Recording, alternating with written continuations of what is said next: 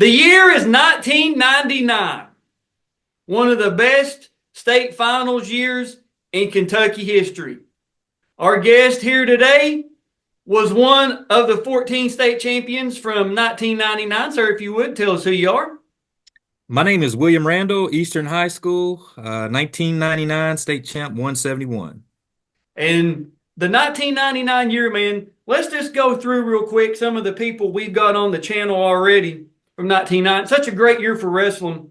Our buddy Isaac Knable went on to be a four-timer from at 112. Our buddy DeMarco Shelley from Hoptown at 119. Chris Dunn, three-timer, Woodford County. Jim Shaw from LaRue County. Our buddy Damian Level from Christian County. Most outstanding wrestler from Sheldon Clark. Josh Stepp at 152. Jacob Holbrook at 160 from Campbell County. And now, of course, you at 171. Jason Dietrich from LaRue at 189. Josh Whitaker, 215 from Woodford. And then we've got both of the heavyweights. We have Chris Floyd, the champion from Wayne County, and Joey Steps review as well. And Joey had never watched it, his video until the channel. And you've never seen your finals video, correct? That is correct. You know, when you reached out to me, I was pretty excited about it. I started digging around and I realized I'd never seen the final. I watched the Ian Horn playback from my junior year. Watched that a few times, but you know, haven't had an opportunity to see the state final in 99. Yeah, man, that's one of the beautiful things I love about this channel is after all these years, no matter if it's been 6 months or in some guys' cases, over 40 years of never seeing their finals match. And now here we are able, you know, with this technology to have it, and you can have it and your family and your friends, and the Eastern wrestlers, the alumni you wrestled with, people you may have beat, and can watch it. And it's like, oh man, I remember that, dude. So you're our third Eastern wrestler. We have Jerry Whalen from 1981, two-time state champion. And we have Kyle Durbin, 2011 state champion. We got their take on how they got started at Eastern wrestling. But how do you find it, man? What gets you into it? I started off pretty early. I think I was pretty fortunate to kind of get introduced to wrestling around 6th to 7th grade. I've got an older brother named Mitch Randle that played football at Eastern High School and went on to play college ball at Western Kentucky. In the afternoons, you know, he would have football practice or some sort of practice. He was either in track or football. And the middle school kids would get off the school bus. And I just kind of recall maybe one afternoon just kind of wandering around the school parking lot or maybe just watching the practice. And if I don't recall, it was either Ed Hamilton or Phil Coombs, possibly Sean Davis, basically just approached a group of us and said, hey, you guys want to try out wrestling? And literally, you know, the rest is history. My mother was a little bit leery about me wrestling because I can recall my older brother trying it out in middle school, and he actually broke his arm like the first meet that he was in. And so when I, you know, kind of came home with the idea of wrestling, you know, my mom was like, are you sure this is something you want to do? Yeah, let's give it a try. And so, you know, coaches like Phil Coombs, you know, over the years, they've really done an outstanding job with the program and just really developing talent. And for me, I would have to, you know, kind of give that credit to Coach Coombs and the team and the coaching staff. On just kind of bringing me in, adopting me in. We definitely had a family atmosphere with the Eastern wrestling.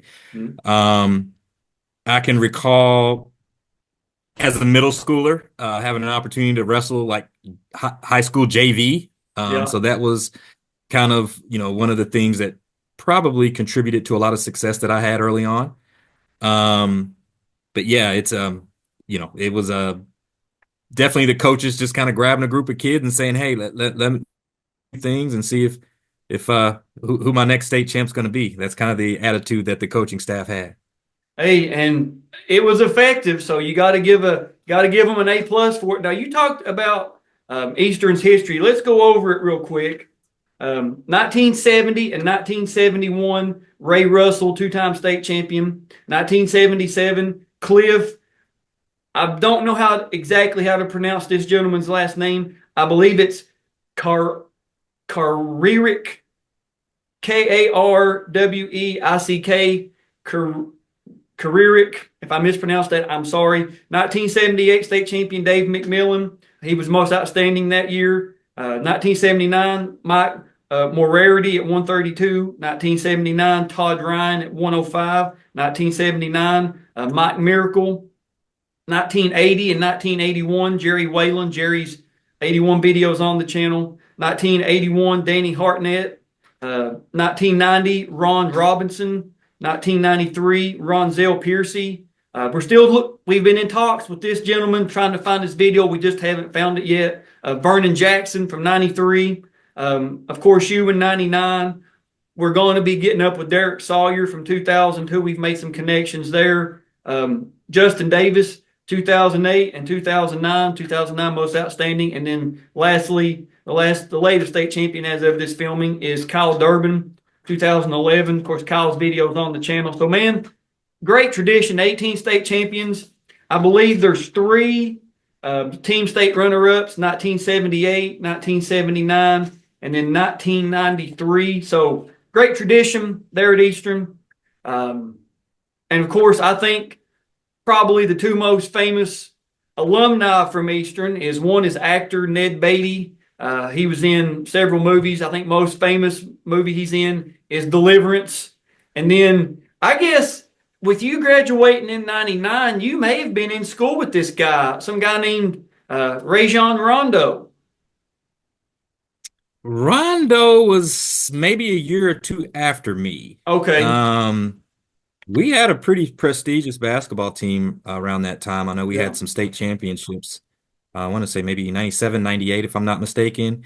But no, Rondo was a little bit after, maybe a year or 2 after I had already graduated. Because I think he went to Oak Hill Academy, like from Eastern. Because Rondo was, he was at Kentucky playing whenever I was in high school, and I graduated in 03. So somewhere between you and me, he was at Eastern for a year or 2. But still, nevertheless, it's still cool to say you've got a NBA Hall of Famer that went there. Not too many people can say that.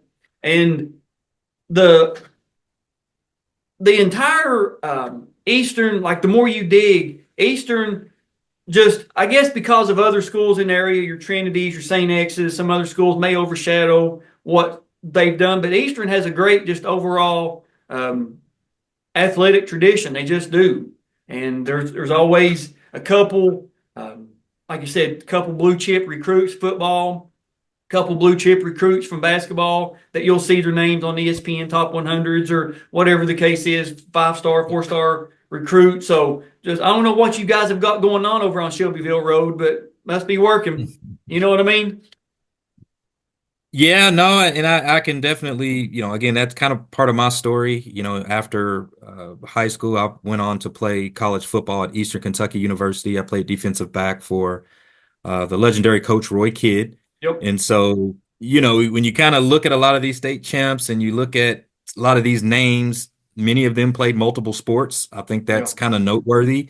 And most, if not all, were top contenders in a lot of those sports that they participated in. So again, shout out to the coaches, Mike McCoy, Phil Coombs, Coach Davis, Ed Hamilton. Yeah.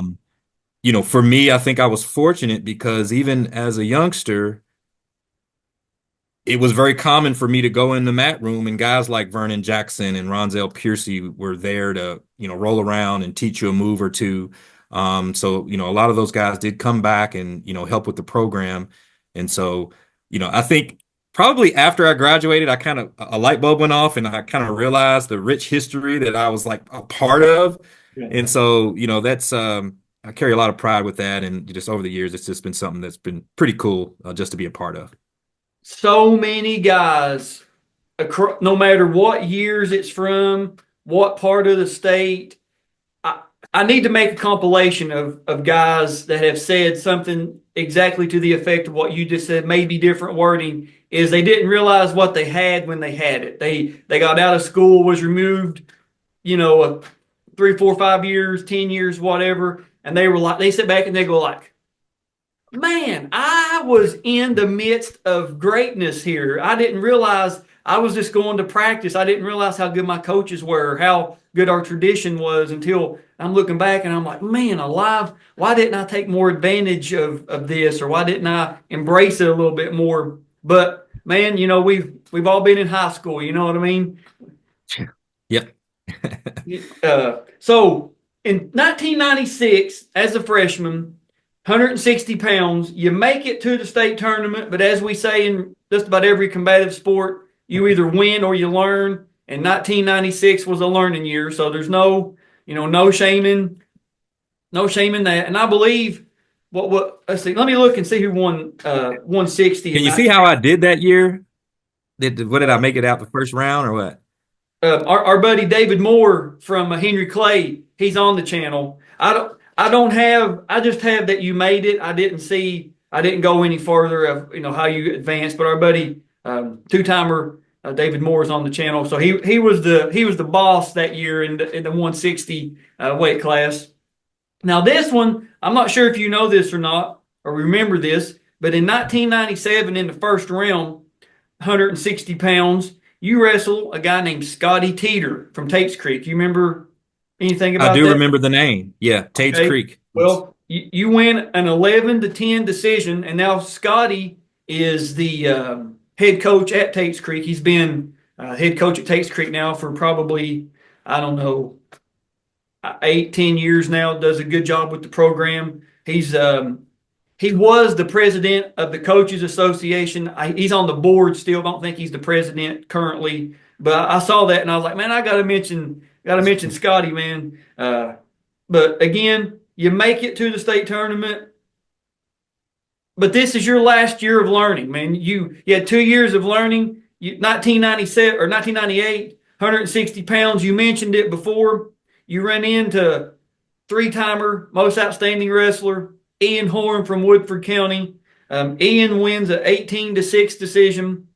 No shame in getting beat by Ian, one of the best neutral wrestlers Kentucky's ever seen, especially back in, I'd say, your all's era, but it's a different era of wrestling now. Ian is one of the best takedown artists the state had ever seen up to that point. So let's talk, though, about that 98 match. You win that semifinals. You're at the dungeon. Lights are down, music's pumping, you're in the face-off. Are you like nervous? Are you just happy to be there, knowing you're going up against the possible three-timer? What was your emotions going into that? I had wrestled Ian earlier that year. I don't remember exactly. I believe it was at one of the tournaments in Louisville. Mm-hmm. Maybe the Big East or the Jefferson County tournament. I'm not exactly real sure, but we did wrestle once before, and he got around me. I think he may have beat me by probably similar margins. But he was a tough competitor. Yeah. When you kind of look back through your athletic career, if you will, you kind of think about those individuals that you could never really get around, and Ian is definitely one of those people. And if I'm not mistaken, he was an All-American. Does that sound right? Or I did believe I make that I up? believe you're correct about that. I believe he was in whatever publication that is. I believe he was made an All-American. I'm not sure if it was freestyle, Greco, or folk style like high school is, but I'm pretty sure in confidence saying he was an All-American. And I think he went undefeated his senior year, maybe even his junior year. So, I mean, your first time in the finals, especially, but in the placement rounds, I mean, it was an experience, right? Yeah, absolutely. Yeah. I was thinking about that the other day, and it's kind of funny. I was a wrestler that really kind of relied on my coach's direction throughout the match, Mm-hmm. and in the dungeon, it was kind of you walk out, you can't see anybody around the perimeter, so it kind of throws your game off a little bit, especially if you're kind of constantly looking for that guidance or just that support from your coach throughout the match. And so that was something for me that was not something I was used to.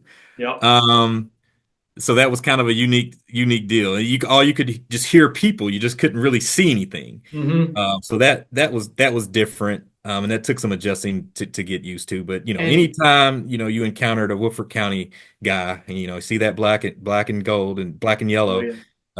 you knew you had to have your A game on.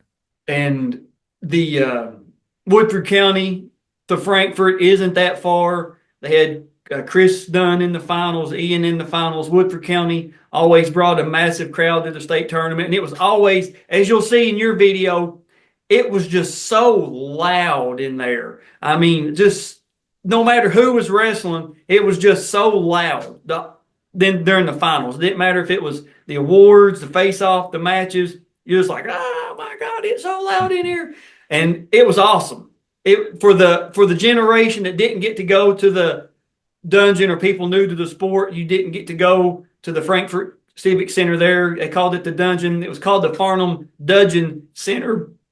But it was just such a, like, you knew this is a state championship bout. Like, you knew this means something. This could be on pay-per-view. This could be on, the main event of WrestleMania. It was just incredible the way they done it. At 160, a senior from Woodford County, 53-year-old Ian Barnes. From Eastern, a senior with a 42-4 record, William Randle.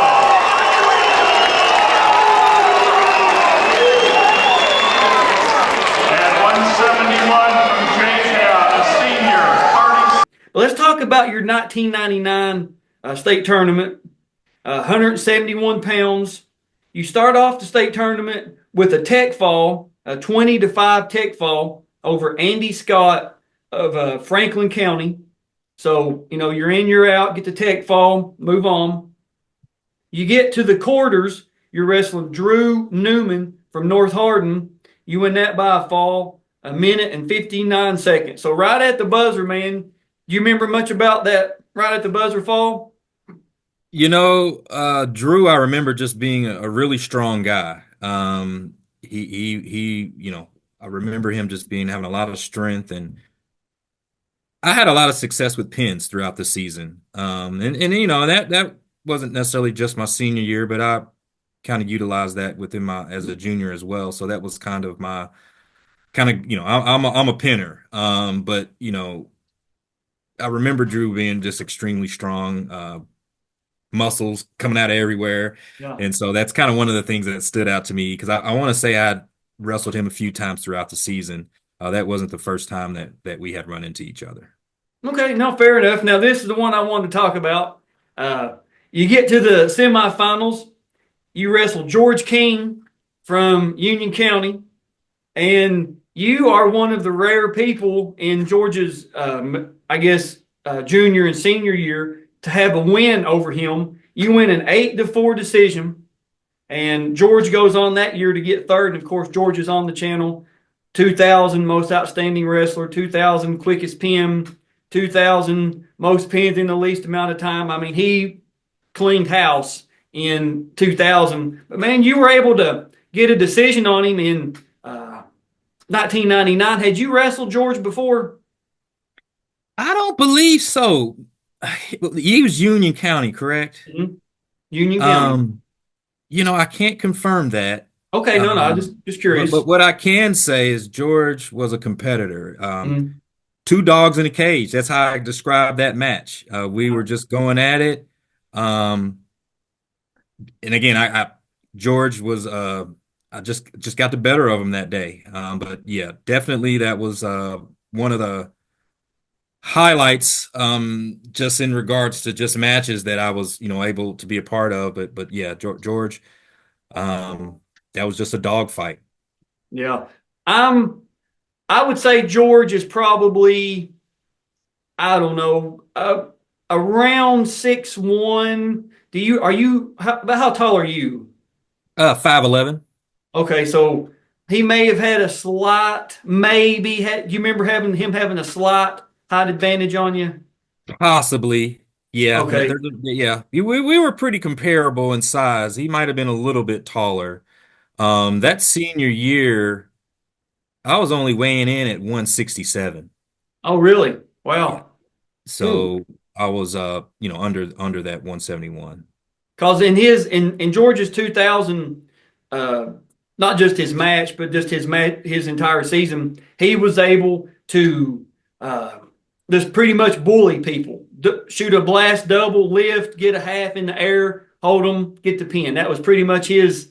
Did he try that with you? Do you remember? There's a good chance we had a very similar style of wrestling. I'll say that. Okay, Because I had a lot of success with similar tactics throughout my senior season. I got you. Um, but yeah, like I said, I just remember that just being a fight to the end. Again, outstanding competitor. We just went at it that day, and that was just kind of one that goes down in the books for me for sure. And of course, you win by an 8-4 decision. You're back in the finals. Another opportunity to win a state championship. Uh, Before we get to who you wrestle, you win that semifinals. Do you have the same kind of like emotions, the same kind of feeling, or is it like, all right, I'm meant to be here. This is my year. This is what I have, ran those extra laps for, done those extra push-ups and sit-ups, or talk us through that. Alex, legend has it I had the flu that weekend, and so I wasn't feeling the best. It's kind of funny. It's my brother. Well, what hairstyle are you gonna do? I said I'll let you choose. So he shaves my head. Um, I get sick. And it was things didn't look as promising as they turned out for me that weekend. I hear a lot of the guys on the channel kind of talk about what they did kind of Mm-hmm. in between sessions. I can remember early on, maybe freshman, sophomore, junior year, we actually did go home for a couple of hours. If depending on how far you made it. I Uh-huh. remember my senior year, Coach Coombs actually had a hotel room there at the Civic Center, and in between matches, I literally went to the hotel room, laid on a couch, cot, Yeah. and just tried to drink as much fluids as I could just to get through the day. And so, um, what I do remember about that finals match, it was kind of a relief just to kind of get through it all and kind of come out on top. So Hey that man, was and I think they wrote an article kind of about me being sick and all of that. So that's a true story. no, hey man, that's that's the crazy thing about, I guess, life is, you train all this time, and just for of all the days of the year I could be sick, I got to be sick on the state tournament. You know what I mean? What are the odds? Give me the three other, pick two more days out of the 365, but don't get me sick on the state tournament days. Well, now I guess it's still 2 days. You get to the finals, and you're wrestling Luke Panuski from Hopkinsville, and of course Luke had a teammate that year win, DeMarco Shelley. Hoptown has a great tradition. A lot of guys on the channel, your Livingston Merritts, your Miguel's, your Willies. We could go, on and on and on. And your Gator Herrings, your Ernie Herrings, Troy, rest in peace to Troy Bailey. I mean, we could go on and on with this. But had you wrestled Luke before? Don't recall. I don't Okay, recall. no, that's fine, because Hopkinsville and Louisville maybe aren't the closest, but I could see maybe just at a random tournament somewhere you guys meeting up. I know Hopkinsville used to have a big tournament around Christmas.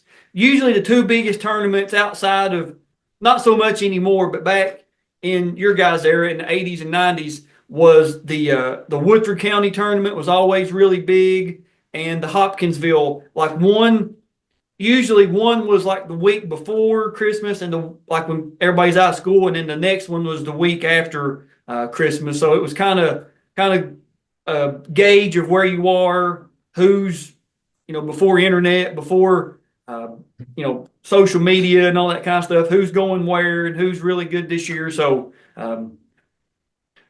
when you win that and you're wrestling Luke, did your coaches kind of game plan, all right, this is what we're going to do, or you just go out and do you do you, man. You know what I'm saying? Was that the conversation or?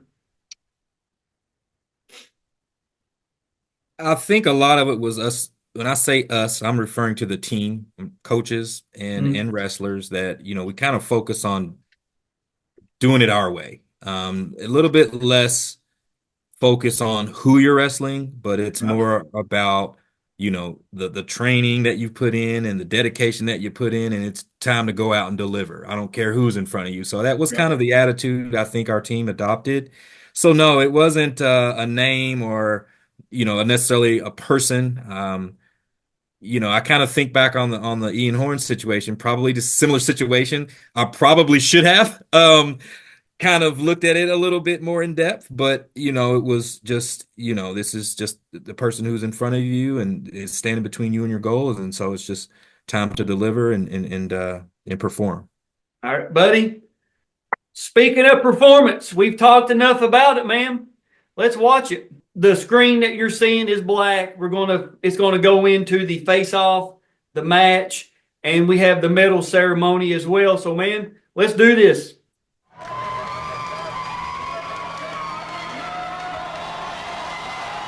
Got the jock jams pumping.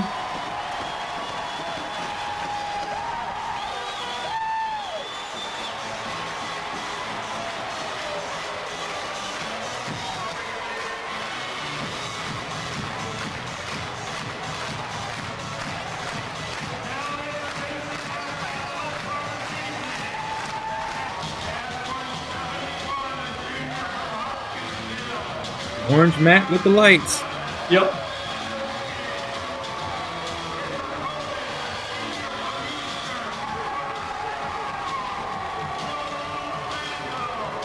You kind of slow walk out. A little bit of a jog, I guess. Got the hood on.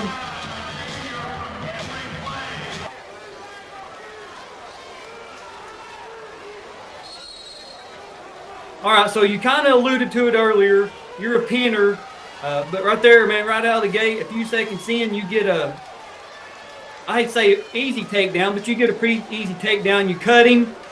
You're back to that front headlock.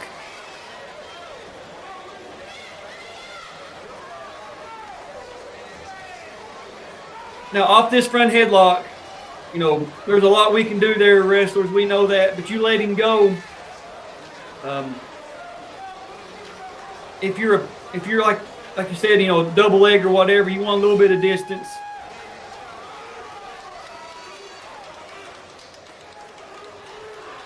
I remember Luke having a lot of strength. And there you go again, man. Get another takedown. So within probably the first minute of the bout, you've got 2 takedowns. You get him broke down. First time I saw this, you kind of got to that side. I was thinking he's going to run a cradle, but you cut him.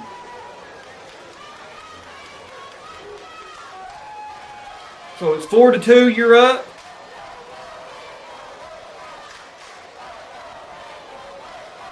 You got the cheering section yelling for you right now.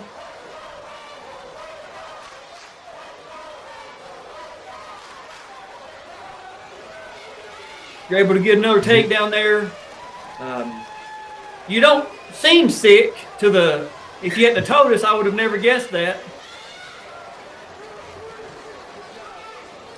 I didn't have a lot of matches that season that went the full distance. And so I can't remember not really being that comfortable, going the full time with somebody. Now, of course, like you said, the arena was dark. The period ends. You kind of look over at your coaches there, I guess kind of getting your bearings on the choice. He defers, and you take neutral. Was that common for you to take neutral? That must have been a Coach Coombs call. I kind of just followed whatever they told me to do. I got you. You're having success with it. I can see why you want to stick with that.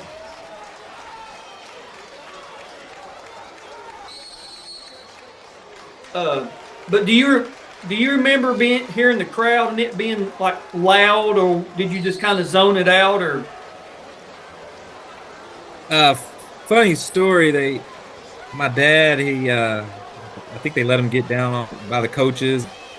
He was yelling the entire time, so I do remember there being a lot of noise and yeah, good cheers. I remember hearing the cheers for me, so that was pretty motivating. yeah, oh yeah, I guarantee it. So not too much. You know, Luke is still working. You're able to defend. You got a pretty good wizard there, but you're able to get back, get yourself safe on that.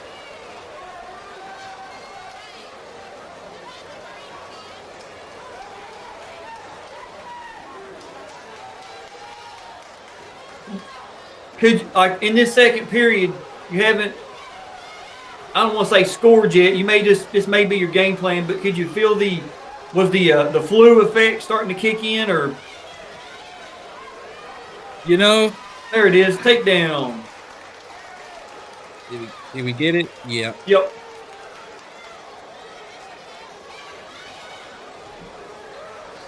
Yeah, I remember this being probably one of the higher scoring matches I probably had most of the season, for sure. So now it's 8-4. You're up.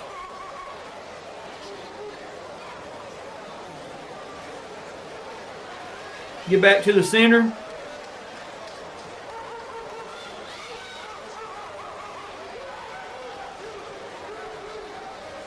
Nothing yet.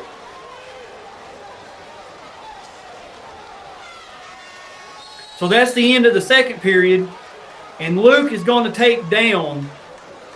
Hey, on the bottom here, what was your bread and butter? Just to get up, get away, and get that escape point. I know that was. I had pretty good success with that. Yeah, I was gonna say I didn't want to ruin it, but right out of the gate, you get an escape and you get a takedown. So it was pretty. Whatever you had the technique wise in your head, it worked.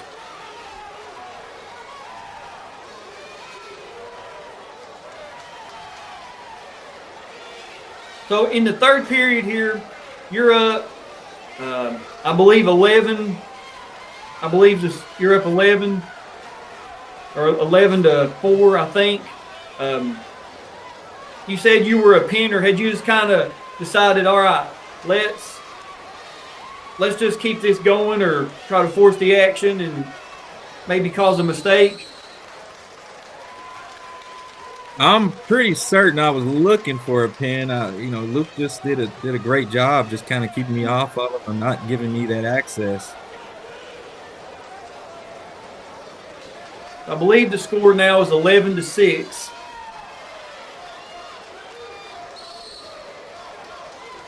You get to your feet, takes you back down, but nothing too dangerous. And they stop it there. Good call, potentially dangerous.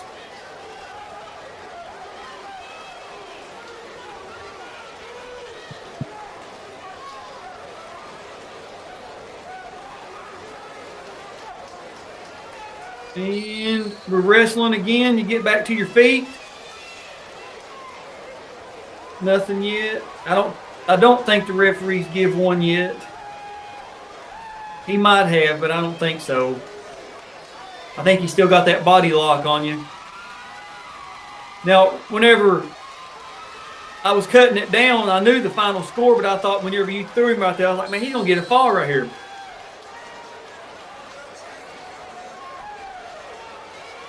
I don't think I got it. It didn't look like it. Yeah, no, he didn't. Which I think that was a good call. It was just good, a good, let you guys wrestle type of a.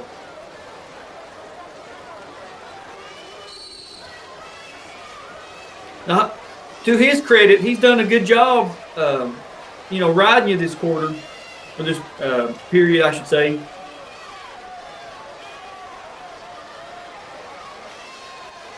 He's trying to pull that arm over his head for like a guillotine. Did you feel maybe you might go over? Or? No, I remember him attempting that, working on that arm. I do recall that.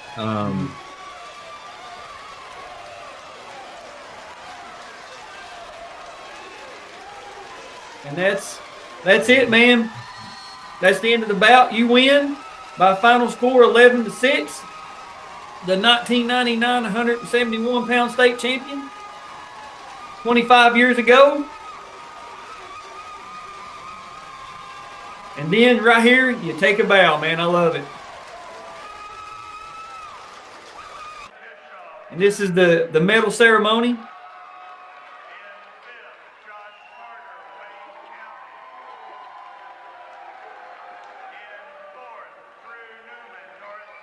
There's Drew getting his medal. George King in his backwards hat. Luke.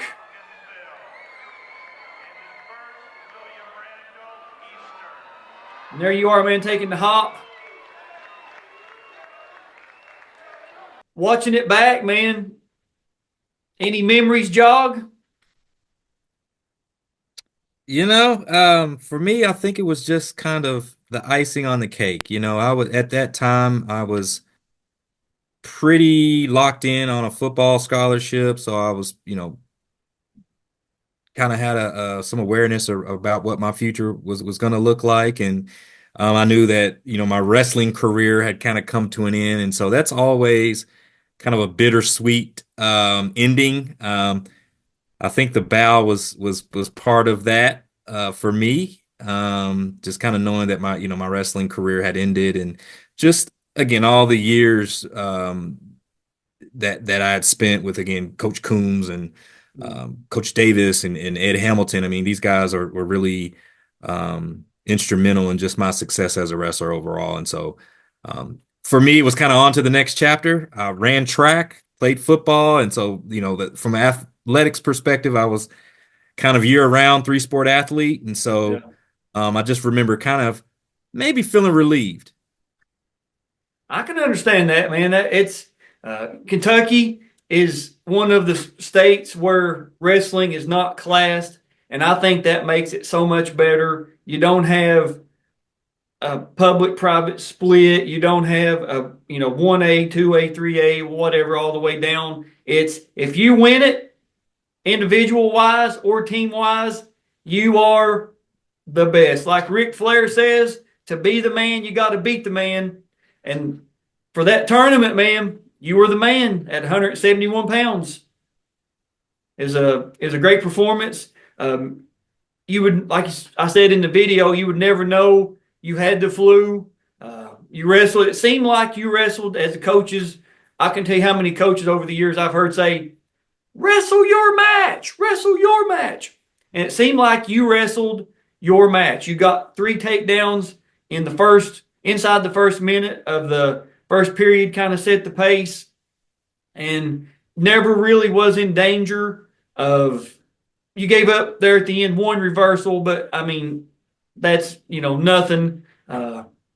I could even see some people giving that up if they're up a lot, just to kind of get on the bottom and take a breather. You know what I'm saying? Just here, get behind me. You're not going to turn me. I'm just not going to work as hard on top. Does anything else like that you didn't remember after watching the video? Be like, oh yeah, I do remember that now. I remember towards the end though, I was pretty gassed, and so I do vividly recall just kind of being just kind of completely out of energy. I kind of gave it my all. And so, like I said, it was more like a bittersweet relief towards the end of the match because Luke put up a hell of a fight. He's a great competitor. He did an outstanding wrestler, and like I said, I just came out on top that day. And speaking of coming out on top, I've seen a few, looks like some trophies behind you, a medal. I may have even seen something on your finger. So first off, show us what's on that finger. What is that shining around there, man? This is my state ring. So I did get a ring. Funny fact, it used to fit on my ring finger, but hey, that's a story for another day. Yeah. But yeah, that year, my senior year, I actually went 38-0. I didn't wrestle as many matches as I probably could have. Mhm. That record probably could have been a little higher. During the season, I was actually taking college visits to play football. And so I had missed probably three invitationals maybe throughout the season. And so, um, I did get a ring, but that's something take a lot of pride in. Behind me are a couple trophies. Outstanding wrestler for the regions that year in '99. I got outstanding wrestler in the district as well. Got a couple of outstanding wrestler accolades just with various different tournaments. I was digging through my attic and finding all my memorabilia and boxes and boxes of medals. But those two back there, that's the number one and second place. And so those are kind of the main ones I keep close. Oh, you'll have to send us photos of all that. That way everybody can see the see them up close. And is that a singlet I see hanging as well? That is my singlet. Yep. And that was, something that was pretty cool. I think that Coach Coombs gave that to me the day of state, and so it was brand new, never worn. You go out and make history, and so that was the plan for that day, and that's what we did. And I think I saw your original bracket they gave you on the stand or the medal podium as well. Is that correct? Yep, yep. We've got the original bracket in the back as well, and I'll make sure we get some visuals of that. Oh yeah, man. That's Um, I love those old brackets. Just that is something that's so unique to the sport is the brackets. Is standing on the podium holding it, or if I've got somebody with a good shot for like their video thumbnail holding the bracket, I always try to use it if it's good quality. And now you're starting to see, which I think the most famous type of bracket is the NCAA tournament bracket. Everybody prints them off and makes them, and the men's bracket for basketball there in March Madness. And now you're seeing in the locker room, you're seeing teams do celebrations and they're moving their name forward. And I'm thinking, we've been doing that in wrestling for, who knows how long. The bracket tradition's been going on. I'm glad to see other sports are catching up to it because it's just so unique, man, to see to have that bracket and just look at it over the years, especially with I having the video. Oh yeah, I remember that guy. Let me tell you about this guy, and just having it. And it's just I love little things like that. Now with this series, you're a two-sport athlete, or well, you play college football. You said you ran track, state champion wrestler. So I would consider that to be a pretty successful overall athletics career. We have a lot of I know for a fact we have a lot of youth teams, a lot of middle school teams that actually set their team down, and they watch these videos as a team. They'll watch them before practice, after practice. They'll pick somebody and go through and watch them. Hey, let's watch how this guy does this, or let's watch this whole video. So in the likely event that your video is selected to watch by whatever team it may be, or whatever wrestling club or whatever camp, to the youngsters, whether it's high school age, middle school, elementary, what tips, advice would you like to pass on to the next generation so they can have some better information going into their journey? Kids, nothing comes easy. It takes a lot of hard work, a lot of dedication, and surrounding yourself with the right people. Um, I kind of look back at specifically my wrestling career, again, that wasn't an overnight success. I was committed at a pretty early age. But again, I had a great support system and coaches like Phil Coombs and Ed Hamilton, and these guys really kind of adopting me in a sense to kind of push and drive me. And again, when I kind of talk about winning state, again, these were goals that we set as a team. That wasn't always an individual thing. Mm-hmm. And so I'm just really fortunate to be able to be surrounded by a lot of those guys. And again, even kind of speaking, to some of the older guys, the Vernon Jacksons and your Ronzel Piercy's. Again, these guys did come back. They did help. They, beat me up a little bit. Maybe that's why I had a lot of success that I had with my career. And but yeah, just put in the hard work, and the results will come.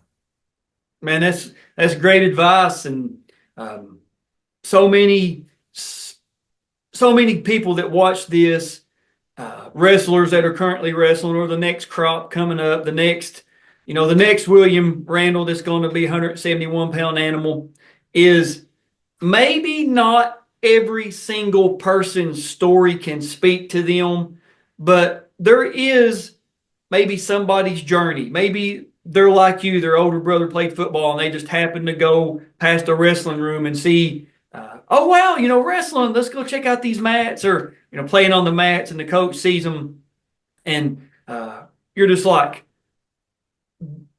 your journey may not speak to everybody, but I know that your journey can speak to somebody. And that's what I love about having this series and being able to share it with everybody. And I think we've done a great job telling your story, man. Anything you'd like to say, add, take away to your story, to your video, anything that we may not have covered, man, the floor is yours. I'm just privileged to be a part of a rich wrestling history at Eastern High School. Again, we go back, 18 state champs, 18. probably a lot of, wrestlers that placed. I know that for a fact. I was kind of looking through the book. I know my year, Josh Coulter, I believe he's 125. I think he got fourth, and JD Tapman, two of my wrestling partners. I think he was a 119 and 120. I think he got fifth. But, again, that's just a testament to, again, the coaches, the staff. Eastern is a school that, really kind of supports its student athletes and kind of gives them the appropriate resources to succeed. And so, again, for me, it's just a very humbling experience to even be selected to be a part of this platform, Alex. And so I, definitely appreciate that. And again, just shout out to all my Eastern Eagles out there. I know that now Coach Kyle Durbin is doing some things to kind of bring the program back, and I wish them nothing but success.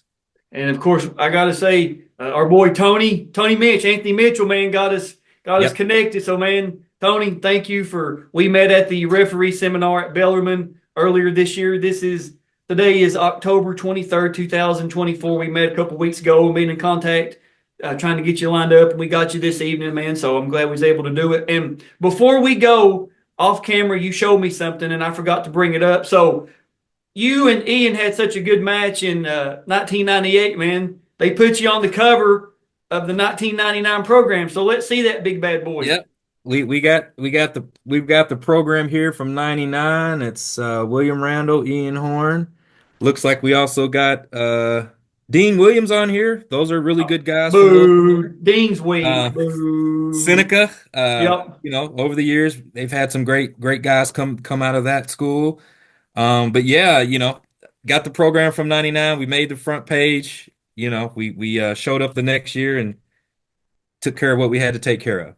Yeah, you'll have to send me photos of that so we can put it in the video and tell everybody how weak Dean is. Bless his heart, 125-pounder in 1998. He's no, man. Dean's my buddy, man. He drove in December of 22. First time I ever met Dean. We done his review video at his dad's house. His dad was a 2-time state champion for Seneca, and he drove in. I got to meet him, and I've kept in contact with him, and become friends with Dean. And it's this series, man. I've met so many people I never would have met, like yourself. Tony Mitch there, probably never met him. And it's just cool that this series is able to bridge the gap between generations and geography. We're not isolated anymore to our years. We can see, man, just how good was that William Randle? How good was that Dean Williams? How good was Kyle Durbin? How good was Jerry Whalen from 1981? Now we can do it. And my goal is there's 811 state champions. I believe your video number 348 or 349. My goal is every living state champion or their family that we got video for, we're going to at least make an effort to contact them and let the world know, hey, Kentucky wrestling, man, we're in the house, you know what I mean? And we ain't going no place. As long as I sit in this chair on this side of the screen, Kentucky wrestling will never be second place, second fiddle, JV, to any other sport in any other state on this platform. I promise you that. So, William, ma'am, thank you for doing this. Really appreciate it. I know all the 1999 crew is going to appreciate it. All the Eastern Eagles are going to want to watch it. So, I believe we've reached a great ending point. Thank you all for watching. We will see you guys and girls on the mats.